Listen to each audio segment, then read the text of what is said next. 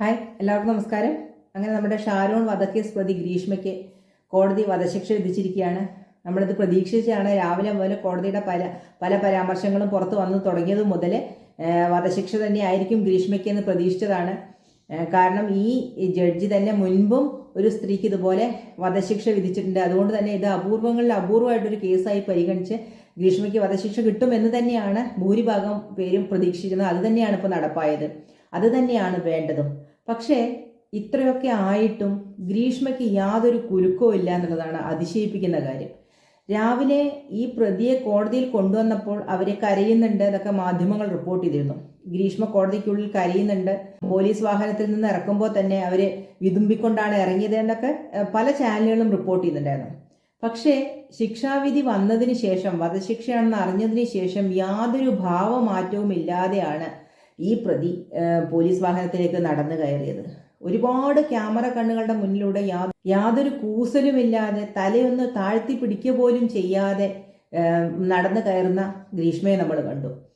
അതിനുശേഷം ഒരു പോലീസ് ഉദ്യോഗസ്ഥയുടെ വാക്കുകളും നമ്മൾ കേട്ടു. പല ചാനലുകളിലും അവർ സംസാരിക്കുന്നുണ്ട്. ഈ അന്വേഷണത്തിൽ തുടക്കം മുതൽ സഹകരിച്ച ഒരു വനിതാ പോലീസ് ഉദ്യോഗസ്ഥയാണ്.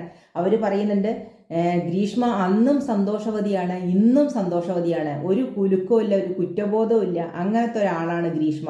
ഒന്നുമില്ലെങ്കിൽ അത് പ്രകടിപ്പിക്കാത്തതാവാം, അല്ലെങ്കിൽ അത്രയധികം കഠിന മനസ്സായിരിക്കാം ഈ ഗ്രീഷ്മയ്ക്ക് എന്നാണ് ആ പോലീസ് ഉദ്യോഗസ്ഥ പറയുന്നത്.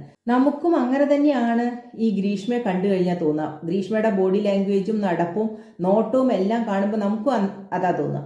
കാരണം ഇതിനു മുമ്പ് ഷാരോൺ കൊല്ലപ്പെട്ട സമയത്ത് തെളിവെടുപ്പിനായിട്ട് പോലീസ് കടപ്പുറത്തും അവിടെ ഇവിടെയൊക്കെ ഇവർ പോയ സ്ഥലങ്ങളിലെല്ലാം ഇവളെ കൊണ്ടു നടന്ന സമയത്ത് അന്ന് പോലീസ് ഉദ്യോഗസ്ഥരോട് തമാശ പറഞ്ഞ് ചിരിച്ചു കളിച്ച് നടക്കുന്ന ഗ്രീഷ്മയെ നമ്മൾ കണ്ടതുമാണ്. അതിന് ഒരുപാട് വിമർശനങ്ങളും വന്നതാണ്.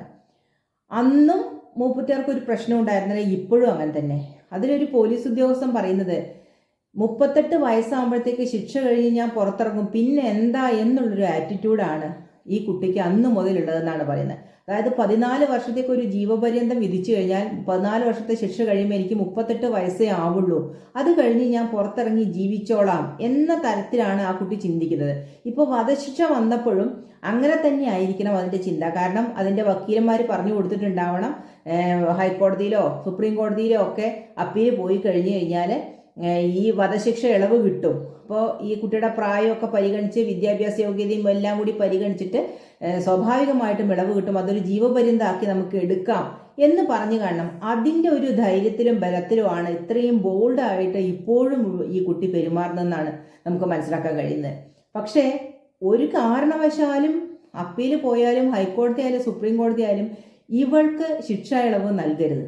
തന്നെ ജീവന്റെ ജീവനായി സ്നേഹിച്ച്, ഇന്ന് കോടതി പറഞ്ഞതുപോലെ തന്നെ മരണക്കിടക്കയിൽ പോലും താൻ സ്നേഹിച്ച അവളെ നിയമത്തിന്റെ മുന്നിൽ കൊണ്ടുവരരുത്, അവളൊരു പ്രതിയായിട്ട് ചിത്രീകരിക്കപ്പെടരുത്, അല്ലെങ്കിൽ അവള് ശിക്ഷിക്കപ്പെടരുത് എന്ന് വിചാരിച്ച ഒരുത്തനെ വീണ്ടും വീണ്ടും അവളുടെ നേട്ടത്തിന് വേണ്ടി അപകീർത്തിപ്പെടുത്തിക്കൊണ്ടിരിക്കുക.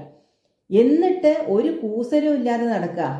ഒരു ഘട്ടത്തിലെങ്കിലും തോന്നണ്ടേ ഞാൻ ഈ ചെയ്തത് തെറ്റാണ്, അത്രയും പാവവും നിഷ്കളങ്കനുമായിട്ടുള്ള ഒരു മനുഷ്യനെ ഞാൻ ചെയ്തത് തെറ്റാണ് എന്ന് ഒരു ഘട്ടത്തിലെങ്കിലും തോന്നണ്ടേ? ഈ പ്രായം കുറവാണെന്ന് പറയുന്നത്, ആ കുറഞ്ഞ പ്രായത്തിലുള്ള പെൺപിള്ളേർ ചെയ്യുന്ന കാര്യമൊന്നും അല്ല ചെയ്തത്.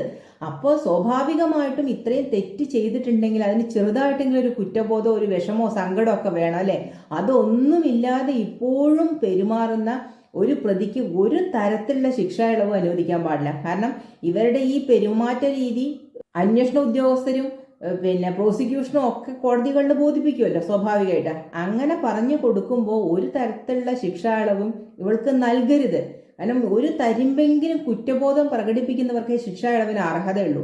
അതിന് ഒട്ടും അർഹയല്ല ഗ്രീഷ്മ എന്നുള്ളത് ഇന്ന് നമുക്ക് അവരുടെ മുഖഭാവത്തിലൂടെ അവരുടെ ശരീരഭാഷയിലൂടെ മനസ്സിലാവുന്നുണ്ട്. അപ്പോൾ മെഡിക്കൽ ചെക്കപ്പിന് കൊണ്ടുപോയവിടെയൊക്കെ എത്ര കൂസലില്ലാതെയാണ് ഇരുന്ന് കൊടുക്കുന്നതും യാതൊരു തരത്തിലുള്ള ഭാവവ്യത്യാസമോ മുഖത്തിൽ ഒരു സങ്കടമോ ഒരു വിഷമോ ഒന്നും തന്നെ ഇല്ല. ഇതൊന്നും തന്നെ ബാധിക്കില്ല എന്ന തരത്തിലുള്ള പെരുമാറ്റമാണ് കാണുന്നത്. ഒരു ചെറിയൊരു പെൺകുട്ടിയുടെ മനസ്സെന്ന് പറഞ്ഞാൽ ഇത്ര കഠിനമാണെന്ന് നമ്മൾ ഇപ്പോഴാണ് ശരിക്കും തിരിച്ചറിയുക. എന്തെങ്കിലും ഒരു തരത്തിലൊരു വിഷമോ സങ്കടമൊക്കെ വരണ്ടേ?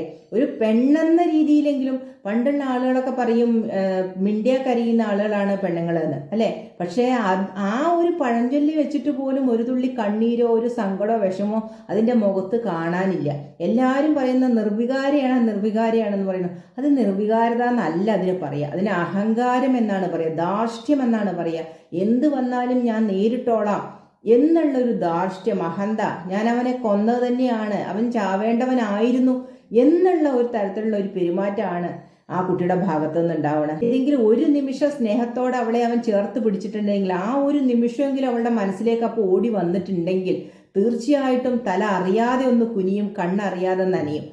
അതൊന്നും ആലോചിക്കാതെ ചിന്തിക്കാതെയാണ് ഇപ്പോഴും ആ പെൺകുട്ടി തല ഉയർത്തിപ്പിടിച്ച് നടക്കുന്നത് എന്നുള്ളതാണ്. അതുകൊണ്ട് തന്നെ വധശിക്ഷയ്ക്ക് അർഹയാണ്. തീർച്ചയായിട്ടും അപ്പീൽ പോയാലും മേൽക്കോടതിയിൽ നിന്നൊക്കെ ഈ വധശിക്ഷ ശരിവെക്കുന്ന രീതിയിലുള്ള വിധി വരണം എന്ന് തന്നെയാണ് കേരളത്തിലുള്ള മുഴുവൻ ജനതയും ആഗ്രഹിക്കുന്നത്. കാരണം ഇന്നത്തെ ആ കുട്ടിയുടെ പെരുമാറ്റം കൊണ്ട് ഓരോരുത്തരും അത്രയധികം വെറുത്തുപോയി. ഏതെങ്കിലും ഒരു തരത്തിലൊരു സോഫ്റ്റ് കോർണർ അതിനോട് തോന്നാൻ മാത്രമുള്ള ഒരു തരത്തിലുള്ള ഒരു പെരുമാറ്റവും അതിൻ്റെ ഭാഗത്തുനിന്ന് ഉണ്ടാവുന്നില്ല.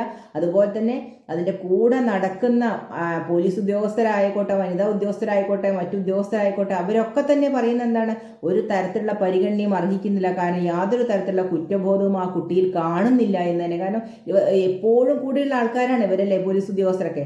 അവരൊക്കെ ഈ കുട്ടിയെ നിരീക്ഷിച്ചുകൊണ്ടിരിക്കുകയാണ്. അപ്പോൾ അവർക്ക് കൂടി മനസ്സിലായ കാര്യം പറയുന്നത്, എപ്പോഴും സന്തോഷവതിയാണ്, അന്നും സന്തോഷവതിയാ, ഇന്നും സന്തോഷവതിയാ, ഒരു ദുഃഖത്തിൻ്റെയും ആവശ്യം ആ കുട്ടിക്കില്ല. ആ രീതിയിൽ തന്നെയാണ് പെരുമാറ്റം. അപ്പോൾ അതുകൊണ്ട് അങ്ങനെയുള്ള ആള് തൂക്കുകയറ് കാത്ത് ഇങ്ങനെ കിടക്കട്ടെ.